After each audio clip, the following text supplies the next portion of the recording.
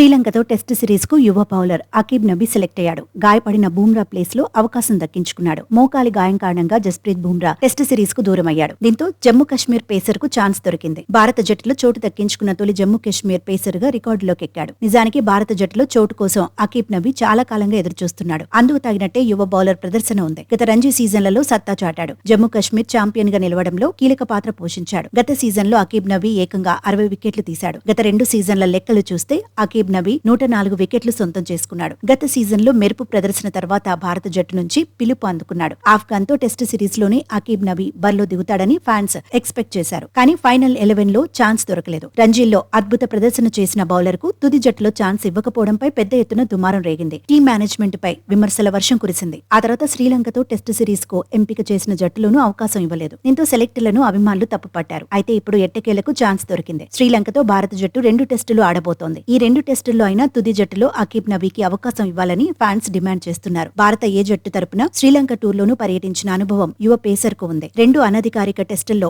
6 వికెట్లు దక్కించుకున్నాడు. కెరియర్ లో అకీబ్ నబీ 43 టెస్టుల్లో బరిలో దిగాడు. 162 వికెట్లు సాధించాడు. అత్యుత్తమంగా ఒక ఇన్నింగ్స్ లో 7 వికెట్లు సాధించాడు. మరోవైపు ఫిట్నెస్ సమస్యలు ఫేస్ చేస్తున్న సాయి సుదర్శన్ కు సంబంధించి బీసీసీఐ అప్డేట్ ఏమీ ఇవ్వలేదు. ఈ నెల 15న టెస్ట్ సిరీస్ ఆరంభం కాబోతోంది. వరల్డ్ టెస్ట్ ఛాంపియన్షిప్ లో ఫైనల్ చేరాలంటే భారత జట్టు లంకపై దుమ్ము రేపాలి. ఆ తర్వాత న్యూజిలాండ్, ఆస్ట్రేలియా పైన సత్తా చాటాలి. అంటే 9 టెస్టుల్లో భారత జట్టు 7 టెస్టులైనా గెలవాలి. అలాగైతేనే ఫైనల్ చేరే అవకాశం ఉంటుంది. ఇక శ్రీలంక టూర్లో బూమ్రా లేకపోవడంతో భారత పేస్ విభాగాన్ని సిరాజ్ నడిపించబోతున్నాడు. ప్రసిద్ధ్ కృష్ణ, గుర్నూర్ బ్రార్, అకీబ్ నబీ కీలకం కాబోతున్నారు.